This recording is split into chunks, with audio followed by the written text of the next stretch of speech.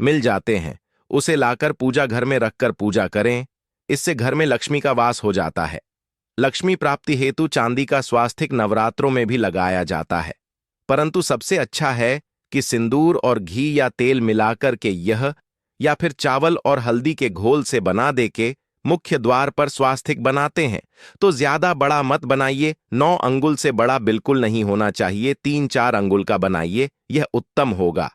अगर आपके घर के सामने पेड़ या खंभा है तो वास्तु दोष उत्पन्न होता। ऐसे में वास्तु दोष के प्रभाव को स्वास्तिक रोकता है।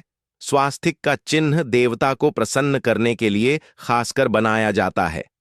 अमावस्या तिथि पर आप थाली में या चौकी पर स्वास्तिक बनाकर उस पर मूर्ति करते हैं तो देवता प्रसन्न हो जाते हैं। आप चाहे तो घर के मंदिर में इष्ट देवता के पास स्वास्तिक का चिन्ह रख सकते हैं। तो दोस्तों, स्वास्तिक के कौन कौन से उपाय घर में लाते हैं, धन प्राप्ति कराते हैं, जानते हैं इस वीडियो में। परंतु दोस्तों, उससे पहले आपसे रिक्वेस्ट करते कि वीडियो को लाइक जरूर करिएगा, दोस्तों को शेयर कर दीजिएगा। और अगर अभी तक आपने चैनल को सब्सक्राइब नहीं किया है तो चैनल को सब्सक्राइब करके बेल दबाइए। दोस्तों, इस अमावस्या पर मुख्य द्वार की दहलीज के दोनों तरफ स्वास्तिक का चिन्ह बनाकर उसकी पूजा करें। स्वास्तिक पर चावल की ढेरी बनाएं और एक एक सुपारी रख दें। तो ऐसा करने से अपार धन की प्राप्ति होती है, कामों में सफलता मिलती है। इस अमावस्या के दिन नहाने के पानी में तुलसी का पत्ता या बेलपत्र डालकर नहाई। यह स्नान के जल में जब आप बेलपत्र डाल देते हैं तो सभी तीर्थ स्थानों में स्नान करने सम्मान पुण्य फल आपको हासिल हो जाते हैं। आप चाहे तुम्हें कुशा घास भी डालकर नहा सकते हैं। अमावस्या पर भगवान श्री हरि भोलेनाथ जी के साथ ही मां हौल लक्ष्मी और भगवान शिवा की पूजा करें। इस दिन इनके संयुक्त पूजन से आपके जीवन की सारी परेशानियां समाप्त हो जाती हैं। इस दिन आप अपने घर के पूजा स्थान पर एक में कुमकुम से स्वास्तिक बना लें। स्वास्तिक के ऊपर थोड़े से अक्षत और एक सुपारी रख दें। इसे 21 दिन तक वही रहने दे। बाद में सुपारी को उठाकर की मूर्ति के पास रख दे। 2 दिन तक यह बने रहने से आपके जीवन में कभी धनन की कभी कमी नहीं होती। इस अमावस्या पर आप यह उपाय कर लेंगे तो लंबे समय तक यह आपको लाभ देता रहेगा। पितरों की कृपा पाने के लिए भी स्वास्तिक काम आता है। इसके लिए स्वास्तिक का चिन्ह घर के मुख्य द्वार के गोबर से बनाना चाहिए। इससे घर की सुख शांति बनी रहती है, पितरों की कृपा बरसती है। दोस्तों, कहा जाता है कि अमावस्या के दिन पीपल की जड़ में अगर एक लोटे जल में एक छुटकी काले तिल और थोड़ी सी शक्कर डालकर जल अर्पित करें तो इससे पितृदेव की विशेष कृपा मिलती है और धन लक्ष्मी भी प्रसन्न हो जाती है। धन दौलत सुख सम यश मान सम्मान में वृद्धि होती चली जाती है। अगर आपकी कोई विशेष मनोकामना है, उस मनोकामना की पूर्ति के लिए आप एक विशेष उपाय कर सकते हैं। दोस्तों, कई बार लंबे समय तक हम किसी मनोकामना को लेकर चलते हैं, अनेक प्रयासों बाद भी पूर्ण नहीं हो पाती। ऐसे में अमावस्या के दिन आप आसपास के किसी भी मंदिर में जाकर मंदिर की दीवार पर सिंदूर से उल्टा स्वास्तिक बना दें। मनोकामना पूर्ति की प्रार्थना भगवान से करें, जरूर पूर्ण हो जाएगी। और जब आपकी मन्नत पूरी हो जाए तब जाकर वहीं पर सीधा स्वास्तिक बना दें और भगवान को धन्यवाद दें। इस अमावस्या पर भगवान श्री हरि की पूजा करेंगे तो उन्हें 2 हल्दी की गांठें जरूर अर्पित की और बाद में हल्दी की गांठ को कपड़े में लपेटकर तिजोरी में रख दें। आपने पहले भी हल्दी की गांठें रखी हो है तो उसको ही पूजक वापस रख दे। दोस्तों, अमावस्या पर भोलेनाथ जी की पूजा में उन्हें केसर कमल का पुष्प के लिए गेंदे का फूल अर्पित करें। जिस थाल को आप गन्ने से बजाएंगे उस थाल में भी सिंदूर से एक स्वास्तिक का चिन्ह जरूर बना लें। उस स्वास्तिक के दोनों तरफ 2 खड़ी रेखाएं भी बनाएं। फिर उस थाली को हुए प्रभु को जगाए मंगलाचार की यह स्वास्तिक का चिन्ह आपके जीवन की सारी परेशानी को दूर करेगा, जीवन में खुशी।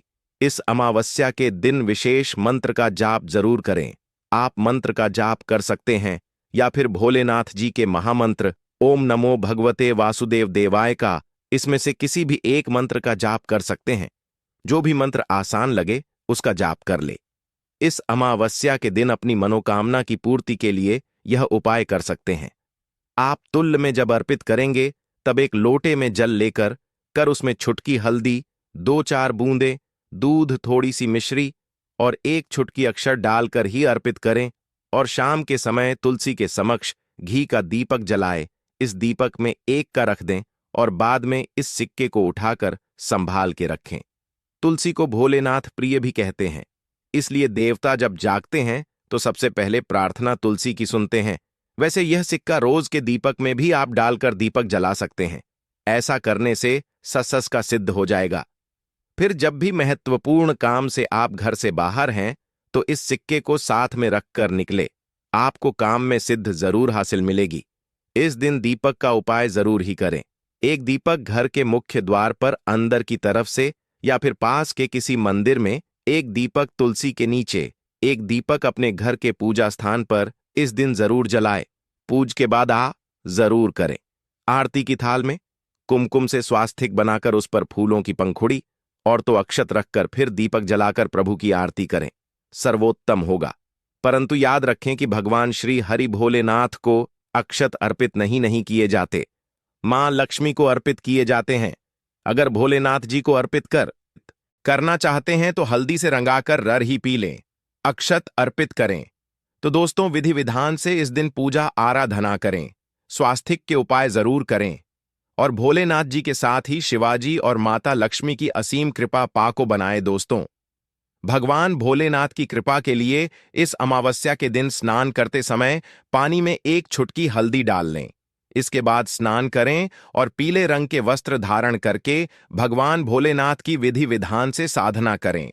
इस अमावस्या के दिन श्री हारिका सबसे पहले गाय के दूध से और फिर शंख में गंगा जल भरकर स्नान करा। इसके बाद उन्हें पीले रंग के वस्त्र अर्पित कर मानता कि इस अमावस्या के दिन ऐसा करने से भगवान भोलेनाथ का विशेष आशीर्वाद हासिल होता है। इस अमावस्या के दिन भगवान भोलेनाथ की पूजा करते समय उन्हें केसर अथवा पीले चंदन या हल्दी का तिलक लगाए। साथ ही साथ भगवान भोलेनाथ के प्रिय पीले रंग के फूल और पीले फल चढ़ाए। मान्यता है कि इस उपाय को करने से भगवान भोलेनाथ शीघ्र ही प्रसन्न होकर भक्तों को मनचाहा आशीर्वाद देते हैं। आपके नजदीक भगवान भोलेनाथ का मरना हो तो आप भगवान भोलेनाथ के अवतार भगवान श्री कृष्ण की मूर्ति की भी पूजा करके इस अमावस्या का पुण्य फल हासिल करें। ईश्वर की साधना आराधना में मंत्र जप का विशेष महत्व होता है।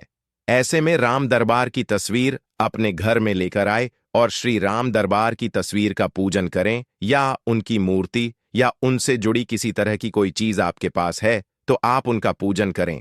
सारे देवी देवताओं का आपको आशीर्वाद मिल जाता है। हनुमान जी से लेकर सीता माता, भगवान श्री राम और अन्य देवी देवताओं का भी आशीर्वाद मिल जाता है। निश्चित तौर पर अपने घर के पूजा घर में एक साथ आप यह तस्वीर रख सकते हैं। इससे आपके जीवन में राज्य योग की हासिल हो सकती है। दोस्तों, इसी तरह यदि आप अपने घर के पूजा घर में या किसी अन्य स्थान पर यदि कोई तस्वीर रखना चाहते हैं और उसे लगाकर अपने घर में लाभ हासिल करना चाहते हैं तो अपने घर में या पूजा आपको निश्चित तौर पर त्रिदेव की तस्वीर या मूर्ति एक ही स्थान पर लाकर अवश्य रखनी चाहिए। ब्रह्मा, भोलेनाथ और महेश, इन तीनों की संयुक्त से एक साथ तस्वीर अपने घर के मंदिर में या अपने घर में कहीं भी लाकर रख देनी चाहिए। समझा जाता है कि इन 3 देवताओं के एक साथ दर्शन करने मात्र से हमारे बड़े से बड़े विघ्न और बड़े से बड़े कर्ष ऐसे ही समाप्त हो जाते हैं। इसी वजह से इन तीनों की एक साथ में तस्वीर या मूर्ति लाकर आपको पूजा अवश्य करनी चाहिए। दोस्तों, अब बात करते हैं कि कुछ ऐसी तस्वीरें होती हैं या ऐसी मूर्ति होती हैं जिनको आपको अपने पूजा घर में स्थान ही नहीं देना चाहिए। यदि आपने इन तस्वीरों को या मूर्ति को अपने घर के पूजा घर में स्थान दिया है तो समझ लीजिए कि आपको कंगाली का सामना करना पड़ेगा या फिर देवी देवताओं की क्रोध दह का सामना करना पड़ेगा। दोस्तों, और एक बात बता कि मंदिर में कभी भी विषम संख्या में गणेश जी की मूर्तियां ना रखें, जैसे कि 1, 3 या 5 ऐसे रखना समझा जाता है। 2 मूर्तियों को एक साथ रखना शुभ समझा गया है। यदि आप सिर्फ गणेश जी की मूर्ति रखते हैं तो इसके अलावा किसी भी तरह की मूर्ति आपको नहीं रखनी चाहिए। दोस्तों, स्थापित करते वक्त ध्यान दें कि गणेश जी का चेहरा सदैव घर के मुख्य दरवाजे की तरफ होना चाहिए ताकि आपको अच्छे और सच्चे धन लाभ की हासिल हो और इस बात का ध्यान रखें कि घर में अंगूठे से बड़े आकार का शिवलिंग आपको भूलकर भी नहीं रखना चाहिए। सदैव एक छोटा सा शिवलिंग रखें और इससे ज्यादा शिवलिंग नहीं रखने चाहिए दोस्तों। वैसे तो कोई अपने घर में शिवलिंग रखना ही नहीं चाहिए।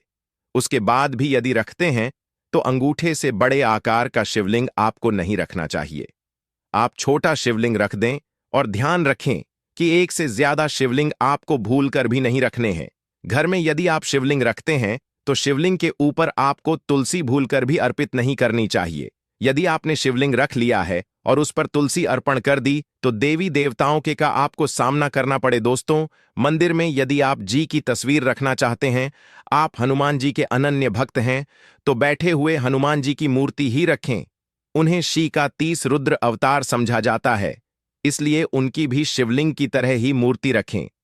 साथ ही जो पति पत्नी होते हैं, नए वैवाहिक जीवन की शुरुआत करते हैं, तो हनुमान जी की मूर्ति या तस्वीर को अपने कमरे में, अपने बेडरूम में आपको भूलकर भी नहीं रखनी चाहिए। अन्यथा इससे जीवन कई तरह के दोषों का सामना करना पड़ता है। दोस्तों, हनुमान जी ब्रह्मचारी हैं, तो इस आपको अवश्य ध्यान रखना चाहिए। दोस्तों, राधा कृष्णा की मूर्तियों को यदि आप जैसे अपने क्षण कक्ष में सोते हैं और उन्हें आपके बेर के सामने की तरफ रखा है, कक जैसे कि आप सुबह उठे और आपको उठते ही पहले उनके के दर्शन हो जाएं, तो समझ लीजिए कि आपका जीवन मालामाल होने वाला है। किसी भी तरह का कोई दोहक, धन की चिंता आपके जीवन में रहेगी। दोस्तों, इसी तरह यदि माता दुर्गा की तस्वीर आप अपने घर में लेकर आना चाहते हैं और चाहते हैं कि माता दुर्गा की तस्वीर के माध्यम से आप जीवन में समृद्ध देखें, तो दोस्तों, भूल कर भी आपको माता दुर्गा की क्रोधित अवस्था की तस्वीर, जैसे कि महाली की तस्वीर या फिर महिषा का वध करते हुए या क्रोधित अवस्था में माता लक्ष्मी की, माता दुर्गा की तस्वीर लाकर आपको उनकी पूजा नहीं करनी चाहिए। दोस्तों, सदैव और सुंदर मुख वाली तस्वीर ही अपने घर के अंदर लाकर पूजा करनी चाहिए। इसे बहुत ही शुभ और मंगलकारी समझा जाता है। दोस्तों, इस बात का ध्यान रखें कि यदि आप अपने घर में मूर्तियां रखते हैं तो आपको इन पर भूलकर टूटे चावल नहीं चढ़ाने चाहिए, और बेहतर होगा कि आप हल्दी में चावल को पीला करके ही वह चावल चढ़ाएं। किंतु टूटे हुए चावल आपको भूलकर भी माता लक्ष्मी को या अपने घर में देवी देवता नहीं चढ़ाने चाहिए।